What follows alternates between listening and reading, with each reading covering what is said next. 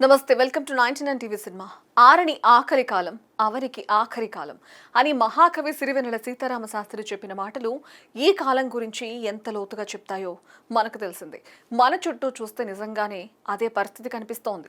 దిగువ మధ్యతరగతి కుటుంబాల కష్టాలు, అప్పుల బారిన పడిన జీవితాలు, ప్రతిరోజు పోరాటం చేస్తూ బతుకుతున్న మనుషులు, ఇవన్నీ కలిపి ఒక వాస్తవిక చిత్రంలా కనిపిస్తాయి. ఈ వాస్తవానికి అద్దం పట్టిన సినిమాల్లో ఒకటి కలికాలం. ఈ సినిమాలో ప్రధాన పాత్రలో నటించిన జయసుధ కేవలం నటించడమే కాదు, ఈ సినిమాని స్వయంగా నిర్మించడం కూడా ఒక ప్రత్యేకత. ఒక గంభీరమైన కథను తెరపైకి తీసుకురావాలనే ఆలోచనతో ఈ సినిమా రూపొందింది. అసలు ఈ కథ రచయిత శ్రీరాజ్ రాసిన ఒక కథగా ప్రారంభమైంది. ఆ కథ తరువాత నాటకంగా మారింది. ఆ నాటకాన్ని చూసిన దర్శకుడు ముత్యాల సుబ్బయ్య ఆ కథపై పూర్తిగా మంత్రముగ్ధుడయ్యారు. ఈ కథను తప్పకుండా సినిమాగా తీర్చిదిద్దాలనే నిర్ణయం తీసుకున్నారు. ఆ కథను తీసుకుని జయసుధను సంప్రదించగా ఆమె కూడా కథకు బాగా నచ్చింది.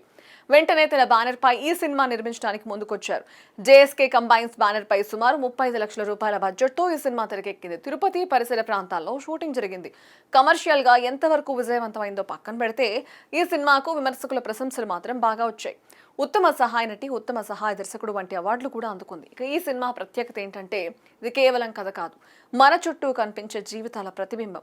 తాగుబోతు మామలు, పనికిరాని పిల్లలు, అప్రయోజకమైన అహంకారం, మధ్యతరగతి మిథ్యాభిమానాలు, ఇవన్నీ మనకు తెలిసిన వ్యక్తుల్లానే అనిపిస్తాయి.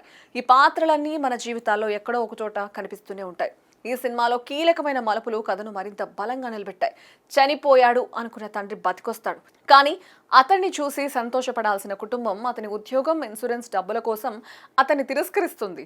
ఈ ఒక్క సన్నివేశమే సినిమా ఎంత క్రూరమైన వాస్తవాన్ని చూపిస్తుందో తెలియచేస్తోంది. అంతేకాదు, తల్లి కుంకుమను తన కొడుకే చెరిపేయడం, కుటుంబ విలువలు ఎంతగా కూలిపోతున్నాయో కూడా చూపిస్తుంది. ఈ ఘటనలన్నింటినీ కూడా తట్టుకోలేక చివరకు భార్యాభర్తలు తమ పిల్లల నుంచే పారిపోవాల్సిన పరిస్థితి రావడం, ఇది కేవలం సినిమా క్లైమాక్స్ కాదు, ఒక భావోద్వేగ పతనం.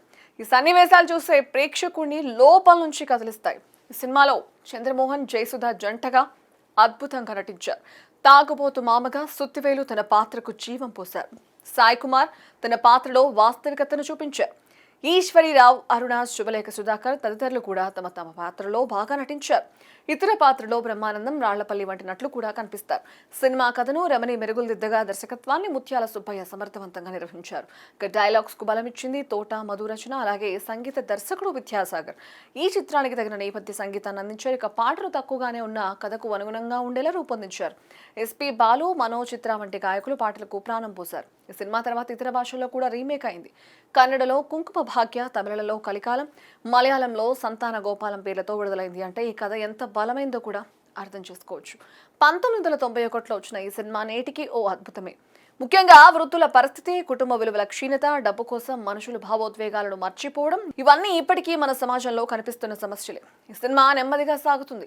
ఎలాంటి కమర్షియల్ ఎలిమెంట్స్ ఎక్కువగా ఉండవు, కానీ ఒకసారి చూస్తే మనసును కదిలించే శక్తి మాత్రం ఉంది. ముఖ్యంగా వృద్ధుల బాధలను చూపించే సన్నివేశాలు హృదయాన్ని తాకుతాయి. మొత్తానికి కలికాలం ఒక సినిమా మాత్రమే కాదు, సమాజానికి అద్దం పట్టే కథ. వేగంగా మారుతున్న ఈ కాలంలో ఇలాంటి సినిమాలు నచ్చుతాయో లేదో చెప్పలేం, కానీ ఒక్కసారి చూడాల్సిన సినిమా మాత్రం ఖచ్చితంగా ఇదే. జయసుధ అభిమానులు మాత్రమే కాదు, మంచి కథలు ఇష్టపడే ప్రతి ఒక్కరూ ఈ సినిమాను తప్పకుండా చూడాలి. ఎందుకంటే ఇది కలికాలం కాబట్టి.